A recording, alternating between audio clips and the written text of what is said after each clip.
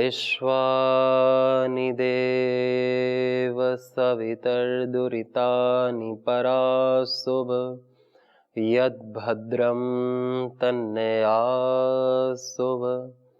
ओम शांति शांति शांति। नमस्ते। योगस्थः कुरु कर्माणि संगम त्यक्त्वा धनंजय सिद्ध्य सिद्ध्यो समो भूत्वा समत्वम योग उच्यते। भगवान योगेश्वर श्री कृष्ण चंद्र ने श्रीमद् भगवद गीता में कितना सुंदर उपदेश हमको दिया, योग की परिभाषा बताई। समत्वम योग उच्यते। वैसे तो अलग अलग ग्रंथों में, शास्त्रों में योग को अलग अलग तरीके से परिभाषित किया गया है, उसकी व्याख्या की गई है, परंतु भगवान ने कितने सुंदर और सरल तरीके से बताया कि जीवन में समता ही योग है। सम स्थिति, समता क्या है? योगस्थः कुरु कर्माणि संगम त्यक्त्वा धनंजय सिद्ध्य सिद्ध्यो समो भूत्वा समत्वम योग उच्यते।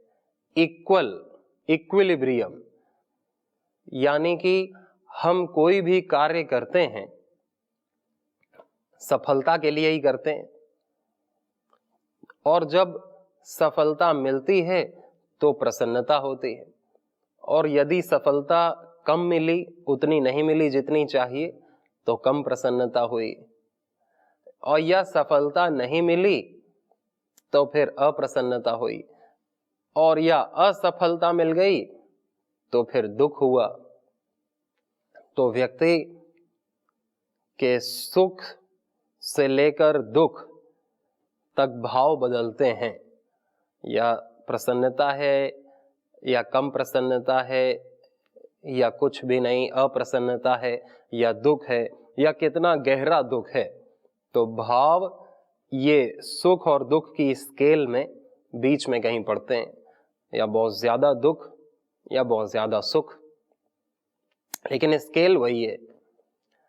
जब सुख और दुख में व्यक्ति सम रहता है, यानी कि असफलता और सफलता में ही सम रहता है, तो उसको सुख और दुख की प्राप्ति नहीं होती।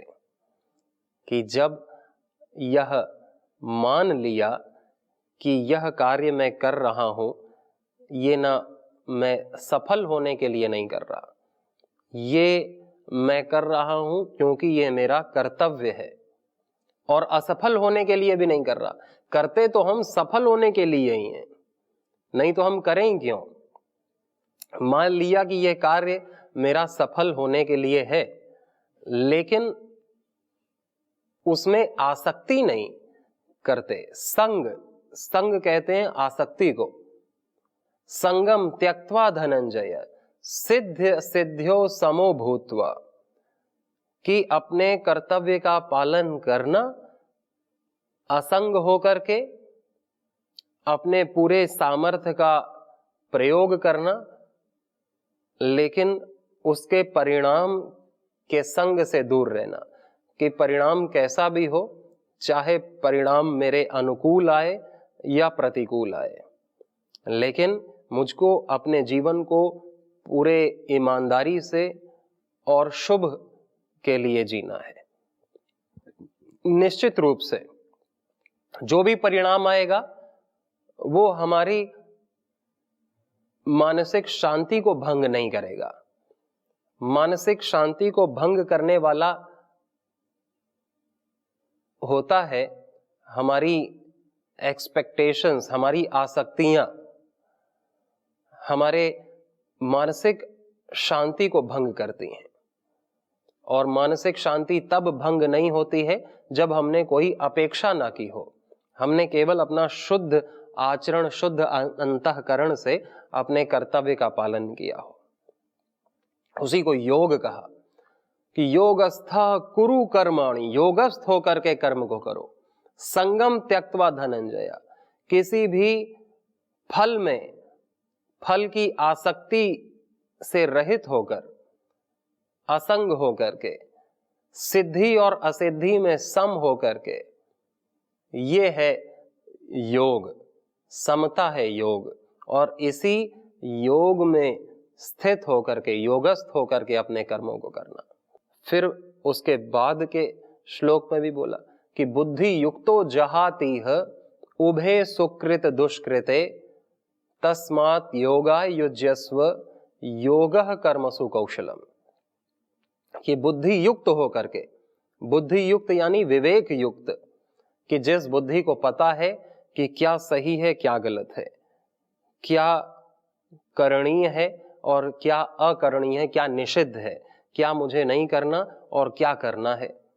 क्योंकि हमारे पास हाथ हैं, अब हाथ से हम कुछ भी कर सकते हैं, लेकिन यह बुद्धि युक्त जो है, विवेक युक्त है, उसे यह पता रहेगा कि मेरे हाथ से मेरे को ये कर्म करने हैं और बाकी के गलत कर्म नहीं करने हैं। कहा बुद्धि युक्त हो जहाती है, बुद्धि युक्त होकर के त्याग देना। क्या त्यागना? उभय सुकृत दुष्कृत, कि दोनों प्रकार के अच्छे बुरे कर्म जो माने जाते हैं संसार में कि ये अच्छा है ये बुरा है, उन दोनों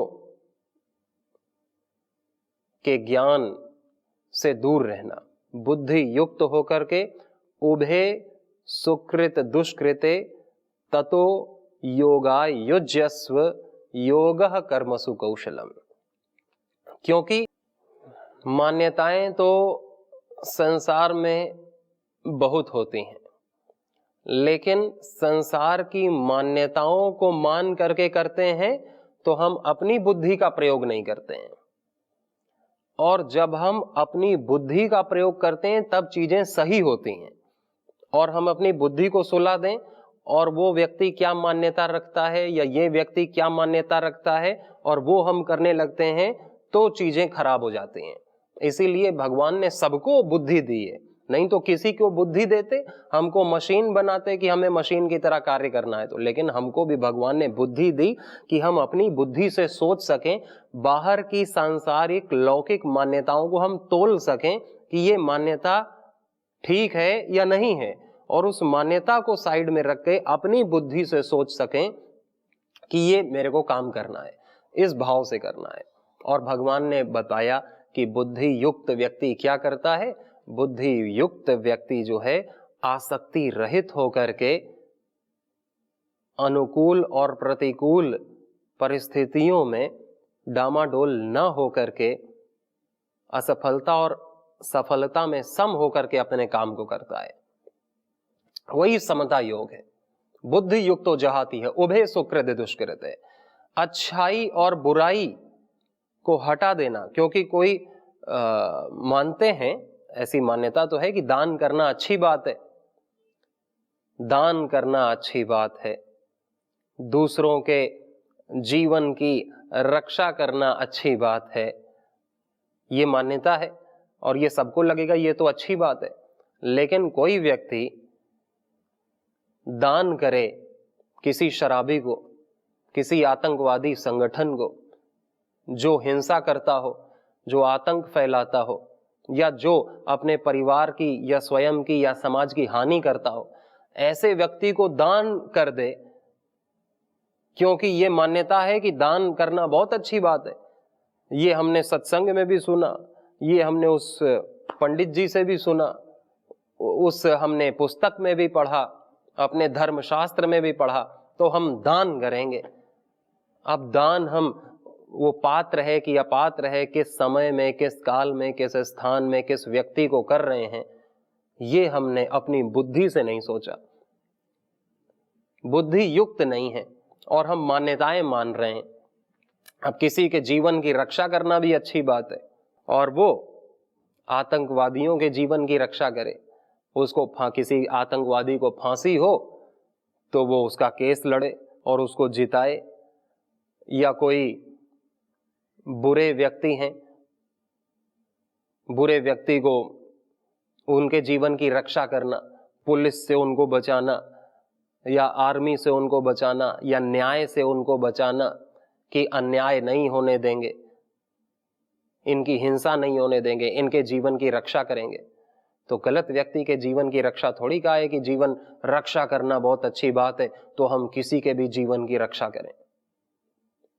दान करना अच्छी बात है तो हम किसी के भी जीवन, किसी को भी दान करें। तो इसीलिए अपनी बुद्धि का प्रयोग हमें करना चाहिए। अब जो है अपनी बुद्धि का प्रयोग न करने से ही धर्म के नाम पर इतना पाखंड फैलता है, क्योंकि कई सारे हमारे पूर्वजों ने बताया कि कैसी कैसी पूजा पद्धतियां होनी चाहिए। अब वही पूजा पद्धतियां विकृत हो जाती हैं तो कहीं बलि दी जाती है, बकरे की, मुर्गे की, भैंसे की, कभी कभी तो आदमी की नर बलि तक दी जाती है। कभी हम देखते हैं कि नदियों को इतना प्रदूषित कर दिया जाता है। वैसे ज्यादातर प्रदूषण तो ये फैक्ट्रियों के कारण से होता है, लेकिन फिर भी जो आस्तिक लोग हैं उनसे भी होता है। वस्त्र डालते हैं कितने प्रकार के, वो देखते नहीं कि नदी गंदी होगी, बस हमारी आस्था है, हमारी परंपरा है। उसने, उस पंडित जी ने या उस कथावाचक ने कहा था कि जब गंगा नहाए जाएं तो गंगा में वस्त्र भी चढ़ाएं, तो वस्त्र भी चढ़ाते हैं। इसी तरह हर मजहब में, इसी तरह हर रिलीजन में, हर संप्रदाय में चीजें विकृत हो जाती हैं बुद्धि का प्रयोग न करने से, केवल मान्यता को मान लेने से कि ये सामाजिक, ये मान्यता है लौकिक, ये हमारे संप्रदाय की मान्यता है, हमको ये करना है। और वो करते करते करते करते व्यक्ति प्रकृति को दूषित करता है, समाज को भी हानि पहुंचाता है, स्वयं भी हानि पा रहा है, लेकिन बस उन मान्यताओं को ढो रहा है अच्छा मान करके, और बुरा मान करके चीजों को छोड़ रहा है। तो इसलिए कोई भी चीज अच्छी नहीं हो जाती कि ये मारना बुरा है तो मारना बुरा है। अब ये थोड़ी, अब कोई हिंसक व्यक्ति है जो असामाजिक तत्व है, उसको मारना कैसे बुरा है? या दान देना अच्छा है तो हम किसी को भी दान दे दें, तो ये भी नहीं कह सकते कि दान देना अच्छा है, ये भी नहीं कह सकते किसी को बचाना अच्छा है।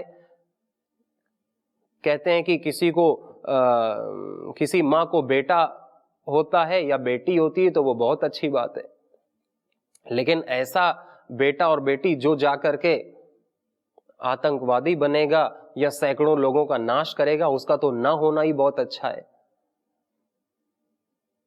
इसलिए हम किसी कर्म को नहीं कह सकते कि ये कर्म अच्छा है और ये बुरा है, लेकिन कहते तो यही है, लिखा भी यही रहता है कि ये कर्म अच्छे हैं। पुस्तकों में, धार्मिक ग्रंथों में हम सुनते हैं कि ये करना अच्छा है, ये करना बुरा है, लेकिन उसको अपनी बुद्धि से भी सोचना कि मैं किसकी रक्षा कर रहा हूं, मैं किसकी हिंसा कर रहा हूं, यानी बुरों की हिंसा कर रहा हूं तो ठीक है, अच्छों की हिंसा कर रहा हूं तो खराब है। अच्छों की रक्षा कर रहा हूं तो ठीक है, अच्छों बुरों की रक्षा कर रहा हूं तो खराब है। जो सामाजिक सेवा करते हैं उनको दान कर रहा हूं तो ठीक है, और जो असामाजिक तत्व हैं जिनका आचरण व्यवहार अच्छा नहीं, उनको दान कर रहा हूं तो बुरा है। संयम पूर्वक पूरे गर्भाधान संस्कार से संतान की उत्पत्ति कर रहा हूं तो ठीक है, और यूं ही कर रहा हूं तो खराब है। इसलिए भगवान ने बुद्धि दी, और भगवान ने भी खुद कहा कि बुद्धि युक्तो जहाती है, उभे सुकृत दुष्कृत, ये जितनी भी मान्यताएं हैं, अच्छी बुरी, जिनको कर्म को माना जाता है कि ये कर्म अच्छा ये कर्म बुरा, उसको त्याग करके कुछ अच्छा बुरा नहीं, अपने बुद्धि से सोचो, अपने बुद्धि को सम करके सोचो, योगस्थ होकर के सोचो। उभे सुकृत दुष्कृत तस्मात् योगा युज्यस्व, फिर जाकर के अपने योग में लगो, अपने कर्तव्य में लगो। योग कर्मसु कौशलम, और कर्म को कुशलता से करना योग है। जो कुशल व्यक्ति है वो अपनी बुद्धि से, अपनी शांत सम्यक बुद्धि से, अपनी निर्लिप्त बुद्धि से, असंग बुद्धि से स्वतंत्र होकर के, निष्पक्ष होकर के ये निर्णय लेगा कि मेरे को क्या काम करना है, कैसे करना है। तो वो है कर्मों में कुशलता। कि अर्जुन के लिए तो युद्ध करना ही श्रेष्ठ था क्योंकि वो क्षत्रिय था, लेकिन जब सामने विरोधी पक्ष में, शत्रु पक्ष में, जब उसके स्वयं के ही चाचा, ताऊ, भांजा, भतीजा, भाई, गुरु, अपने ही परिवार वाले हैं, तब उसके दिमाग में फिर ये काम आया कि सन्यास तो बहुत अच्छी चीज है, सन्यास ले लेना चाहिए, भिक्षा मांग करके मुझको ग्रहण करना चाहिए, बस भगवान का नाम जपना चाहिए, छोड़ देना चाहिए सब कुछ। तो भगवान ने कहा हाँ निश्चित रूप से सन्यास लेना अच्छी चीज है, लेकिन किसको लेना अच्छी चीज है? जिसकी प्रकृति हो वैसी, जिसकी प्रवृत्ति हो वैसी। तेरी प्रकृति तेरी प्रवृत्ति नहीं है। प्रकृतिम यान्ति भूतानि निग्रह किम करिष्यति। तू अपने इस स्वभाव को नहीं छोड़ पाएगा। तुझमें क्षत्रिय पना है, तू केवल नाम का क्षत्रिय नहीं है। तूने हजारों युद्ध लड़े हैं और जीते हैं, लेकिन आज तेरे सामने तेरे अपने हैं तो तू सन्यास की बात कर रहा है। वही तेरी प्रकृति नहीं है, ये तो तेरा भागना है। शास्त्रों के नाम पे भागना है, पंडितों के नाम पे भागना है कि देखो अच्छे अच्छे बड़े बड़े धर्मात्मा कह रहे हैं सन्यास लेना अच्छी बात है, खून खराबा करना बुरी बात है, अब मैं खून खराबा नहीं करूंगा। तो कहा बुद्धि युक्त होकर के सोच, मान्यताओं में मत जा कि मान्यता है कि सन्यास बहुत अच्छी चीज है और हिंसा बहुत बुरी चीज है, तो मैं हिंसा छोड़ देता हूं और मैं सन्यास लाल कपड़े धारण कर लेता हूं क्योंकि वो अच्छी चीज कही जाती है, वो अंतिम चीज कही जाती है। तो कहा कि बुद्धि युक्तो जहाती है, बुद्धि युक्त होकर के तू छोड़ दे संसार की क्या मान्यताएं, अपनी बुद्धि से सोच। और तेरे अंदर बुद्धि नहीं है तो मैं तुझे बुद्धि दे रहा हूं। मित्र बुद्धि देता है, गुरु बुद्धि देता है, तो भगवान तो मित्र थे ही। और भगवान का शिष्यत्व, शिष्यस्ते हम शाधि माम त्वाम प्रपन्नम, अर्जुन ने स्वीकार कर लिया कि हे प्रभु मैं आपका शिष्य हूं, मित्र तो मैं हूं ही, लेकिन आप मुझे ज्ञान दें और ज्ञान गुरु से ही लेना चाहिए। मैं आपको अपना गुरु मानता हूं, मैं शिष्य हूं, आप मुझे जो भी कहेंगे मैं मानने को तैयार हूं। तो भगवान ने कहा कि कर्म को कुशलता से करना योग है। और कर्म में कुशलता क्या है? जब हम निष्पक्ष होकर के, निर्मोही होकर के, निर्द्वंद्व होकर के, निष्काम होकर के ये सोच सकें कि मेरे लिए क्या करना उचित है। और यदि हम मोह में हैं तो हम फिर अपने गुरु की सुन लें, किसी विद्वान धर्मात्मा की सुन लें, वो हमें बताएगा कि हमें क्या करना चाहिए। क्योंकि सीधी सी बात है कि कोई कर्म अच्छा बुरा नहीं होता, कि सन्यास लेना अच्छा होता है तो फिर सारी दुनिया सन्यास ले ले तो क्या अच्छा हो जाएगा? जिसके घर में उसका दायित्व है, उसकी पत्नी है, बच्चे हैं, माता पिता हैं, बहनें हैं, भाई हैं, यानी उसके ऊपर जिम्मेदारी है, और वो सन्यास ले ले, वो चला जाए ध्यान साधना करने हिमालय में, क्योंकि बहुत सारी जिम्मेदारी थी, लोन लिया था, वो चुकाना था, इतना सरदर्द हो रहा था कि वो तो सुसाइड करना चाह रहा था। उसने सब कुछ छोड़ करके चला गया हिमालय में। तो हिमालय में वो ध्यान में बैठा, लेकिन क्या उसका ध्यान लग जाएगा? क्या वो अंदर से आध्यात्मिक हो जाएगा हिमालय में पहुंचने में? उसे ब्रह्मा भी वहां मिल गया तो भगवान साक्षात भी मिल गए तो उसे आध्यात्मिक नहीं कर पाएंगे। क्योंकि वो अपने कर्तव्य को छोड़ करके सन्यासी बनना चाह रहा है। उसके प्रकृति में नहीं है सन्यास, तो प्रकृति में नहीं है, मान्यताओं में जी रहा है कि सन्यास मान्यता बहुत अच्छी है, सन्यास बहुत अच्छा होता है, मैं सन्यासी बन जाऊंगा, दुनिया मेरी पूजा करेगी, चरण स्पर्श करेगी, भिक्षा भी देगी फ्री में, कोई मुझसे लोन भी नहीं मांगेगा और मैं आध्यात्मिक होकर के जीवन जीऊंगा। तो वो तो ढोंग करेगा, पाखंड करेगा, सारे गलत काम करेगा, लेकिन सन्यासी अंतःकरण से नहीं हो पाएगा, हृदय से धर्मात्मा नहीं हो पाएगा। लेकिन जिसकी प्रकृति ही बदल गई, जैसे भगवान बुद्ध, उनकी भी पत्नी थी, बच्चे थे, राजमहल था, राजकुमार थे, राजा उन्हें बनना था, लेकिन उनकी प्रकृति ही सन्यासी की थी, प्रकृति ही उनकी एक फकीर की थी। तो वो निकल गए और उन्होंने सत्य को प्राप्त किया, क्योंकि वो अपनी प्रकृति की उन्होंने सुनी, उन्होंने मान्यता की नहीं सुनी कि मुझे राजा बनना चाहिए, मुझे अपने पति होने का, मुझे अपने पिता होने का पूरा पालन करना चाहिए। उन्होंने बुद्धि युक्त होकर के, विवेक से, कि मैं पूरा न्याय नहीं कर पाऊंगा, मैं घर पे भी मेरा मन नहीं लग रहा है, मेरा मन लग रहा है शांति में, न पत्नी सुखी रह पाएगी, मैं यहां भी रहूंगा तब भी, न बच्चे को पिता का प्रेम दे पाऊंगा, न अपने कर्तव्य का पालन अपने प्रजा के लिए कर पाऊंगा, न अपने पिता को खुश कर पाऊंगा, न राजकाज संभाल पाऊंगा। तो उन्होंने मान्यता के ऊपर ध्यान नहीं दिया और वो निकल गए एकांत जंगल में, अपनी प्रकृति की सुनी, तब जाकर के उन्होंने सत्य को प्राप्त किया, धर्म का साक्षात्कार किया। यही भगवान ने अर्जुन को भी कहा कि तू अपनी प्रकृति पहचान, तेरी प्रकृति है युद्ध करने की। अब ये फालतू बातें हैं कि संसार किसे अच्छा मानता है, क्या अच्छा है, कोई कर्म अच्छा नहीं है। हर कर्म का एक समय होता है और सही समय पर किया जाए, सही भावना से किया जाए तो कर्म अच्छा होता है। ये नहीं कि हम एक लाइन खींच दें कि ये कर्म अच्छे हैं और ये कर्म खराब हैं। ऐसा नहीं किया जा सकता, ऐसा नहीं किया जा सकता कि हम एक लाइन खींच दें और उसमें लिख दें कि ये झूठ बोलना, ये सब खराब कर्म है और ये सब अच्छे कर्म है। झूठ बोलना खराब है, लेकिन वो झूठ नहीं होता जो किसी की जान की रक्षा करे, जो विद्वान के जान की रक्षा करे, है ना। वो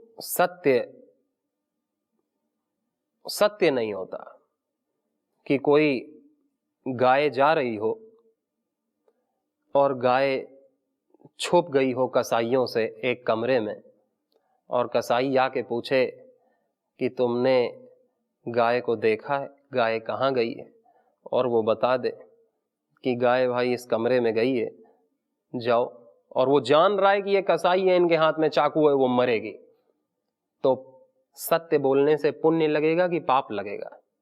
ये तो कॉमन सेंस की बात होनी चाहिए, ये तो बुद्धि की बात होनी चाहिए कि उस गाय की रक्षा हो जाए कि भाई मैंने गाय को देखा है, वो उस दिशा में गई है, चले जाओ उस दिशा में, उस गाय की रक्षा हो जाए। किसी अबला के जान की रक्षा हो जाए, किसी धर्मात्मा के जान की रक्षा हो जाए। तो सच केवल वो नहीं होता कि जैसा हुआ है वैसा बता देना, या झूठ वो नहीं होता है कि जैसा देखा है, जैसा अनुभव किया है वैसा बता देना। क्योंकि हम सच क्या है, हम जो देख रहे हैं वो भी क्या सच है, वो भी तो मान्यता है। सच वो है जिससे धर्म की रक्षा हो रही हो, सच वो है जिससे राष्ट्र की, किसी के संयम की, किसी के धर्म की जिससे रक्षा हो, वो सत्य है। और जिससे धर्म की हानि हो, जिससे राष्ट्र की हानि हो, वो सब असत्य है। इसलिए सत्य वही बोल पाते हैं जो बुद्धि युक्त हैं, जो असंग हैं, जो निरासक्त हैं। सत्य एक बहुत बड़ी चीज है। सत्य बोलने की भी काबिलियत चाहिए, सत्य बोलने की भी पात्रता चाहिए। और वो पात्रता जब आती है सत्य बोलने की, जब हमारा जीवन पवित्र होता है, जब हम आस्तिक होते हैं, प्रभु के प्रति श्रद्धा रखते हैं, तब हमारी बुद्धि युक्त होती है। और बुद्धि युक्त होके ही हम सोच सकते हैं कि क्या ठीक है और क्या ठीक नहीं है। नहीं हम सत्य में किसी की जान ले लेंगे और असत्य अपने लाभ के लिए बोलेंगे, दान अपने लाभ के लिए देंगे। तो ये सब चीजें अपने लाभ से जुड़ जाती हैं, आसक्तियों से जुड़ जाती हैं, और हम पहचान नहीं पाते कि ये सारी मान्यताएं ये अच्छी हैं या बुरी हैं। तो बुद्धि युक्त होकर के ही सही परिस्थिति में, सही मन स्थिति में ही कर्म ठीक होते हैं। उसके लिए हमको भगवान ने बुद्धि दी है कि हम इससे समझ सकें कि किस परिस्थिति में ये काम करने योग्य है। हमको पता है तो बहुत अच्छी बात है, नहीं इसीलिए भगवान ने गुरु बनाए हैं, विद्वान बनाए हैं, शास्त्र बनाए हैं कि हम इससे सोच सकें अपनी प्रकृति के अनुसार कि मेरे लिए क्या करना योग्य है और क्या करना योग्य नहीं है। सभी को बहुत सारी शुभकामनाएं। नमस्ते।